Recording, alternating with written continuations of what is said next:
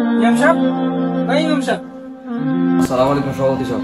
কি অবস্থা সভাপতি সাহেব, কেমন আছেন? এই তো আলহামদুলিল্লাহ। এদিকে ইমাম সাহেব, এই দেখেন এই জায়গায় আমি আমার জায়গাটা দেখাই দিয়ে গেলাম। আমি এই জায়গায় ইতিকাফের জন্য আসুন, বুঝছেন? কেন যাতে আর কেউ জায়গা দখল করতে না পারে, আমি আপনার দেখাই দিয়ে গেলাম। ঠিক আছে, আমি যাই তাহলে। আসসালামু আলাইকুম।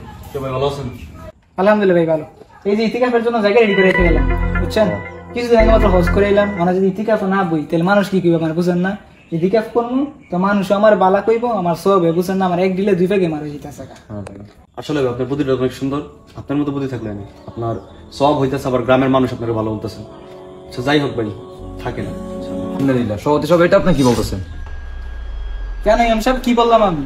আস্তাগফিরুল্লাহ। সভাপতি সাহেব, আপনি ইতিকাফ করবেন, মানুষ আপনাকে ভালো বলবে, আবার আপনি আল্লাহর কাছে সওয়াব কামনা করতেছেন, একসাথে দুইটা খারাপ উদ্দেশ্য হয়ে গেল।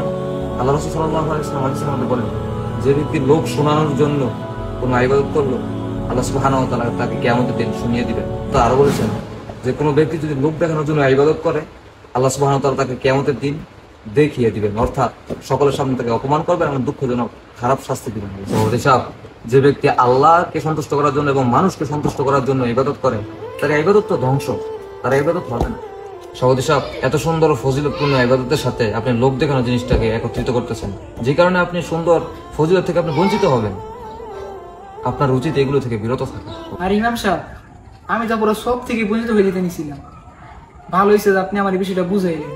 আমি এখন নিয়ত করতেছি যে আমি শুধু আল্লাহ তাআলার সন্তুষ্টির জন্য ইতিকাফে বসবো। মানুষ আমাকে ভালো বলুক আর খারাপ বলুক, যাই বলুক, আমার সেটা দেখার কোনো বিষয় না। আমি একমাত্র আল্লাহর সন্তুষ্টির জন্য ইতিকাফে বসবো। ইনশাআল্লাহ, ইনশাআল্লাহ। আল্লাহ আপনার জাযাকাল্লাহ খাইরান।